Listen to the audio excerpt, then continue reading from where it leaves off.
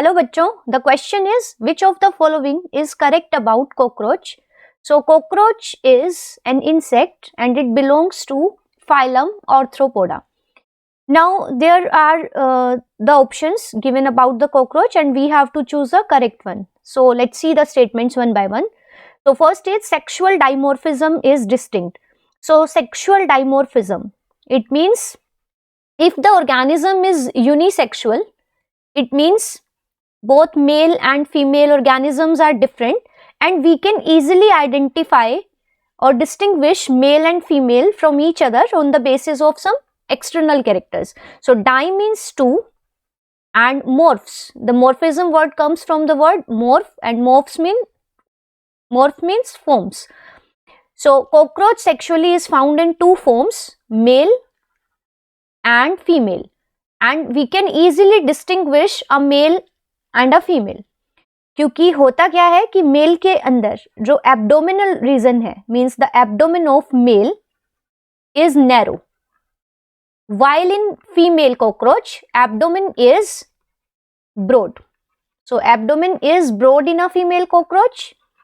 Also the wings in a male cockroach are much longer और ये पूरे abdomen को कवर करती है. So here the wings are longer and they extend beyond the abdominal region, जबकि यहाँ पे फीमेल कॉकरोच के अंदर wings are smaller. And also one more peculiar feature found in male cockroach is the presence of anal styles. Anal styles are paired, it means one pair. Unjointed means यहाँ पे इसमें segments नहीं होंगे. सो अनजॉइंटेड appendages हैं जो कि सिर्फ आपको मेल कॉकरोच के अंदर ही देखने को मिलेंगे and they arise from the 9th sternum. जब हम कहते हैं स्टर्नाइट और स्टर्नम तो इसका मतलब हम बात कर रहे हैं वेंट्रल काइटिनस प्लेट की. सो वेंट्रल क्यूटिकल प्लेट और chitinous plate is called स्टर्नाइट.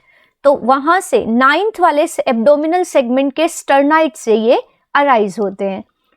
And these anal styles, they are sensitive and they are sensitive to touch. So these anal styles are found in only in male cockroach.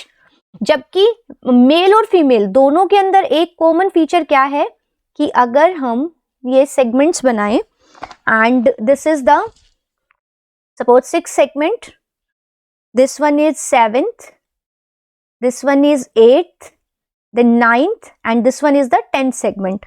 तो 10th segment से दोनों के अंदर ही, चाहे वो एक female cockroach हो चाहे वो एक मेल कॉकरोच हो, दोनों के अंदर ही one pair of jointed appendages आपको मिलेंगे. इनके अंदर यहाँ पे जॉइंट्स होंगे और इन स्ट्रक्चर्स को हम बोलते हैं एनल सरसाई. तो ये दोनों ही कॉकरोचेस में मिलेंगी, मेल में भी और फीमेल में भी, और ये सेंसिटिव होती है for the sound and vibrations and these are present in both. But अगर हम मेल कॉकरोच की बात कर रहे हैं तो 9th स्टर्नाइट से यहाँ पे additional one pair of appendages arise होंगे जो अनजॉइंटेड नहीं होंगे, मीन्स अनजॉइंटेड होंगे, और इन स्ट्रक्चर्स को हम कहेंगे anal styles. So these are present only in male cockroach.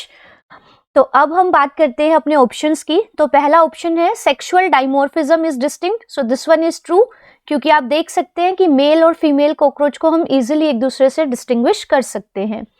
Next statement is anal styles are present on 9th sternite of male only. So this one is also true. The anal styles are present in male cockroach only.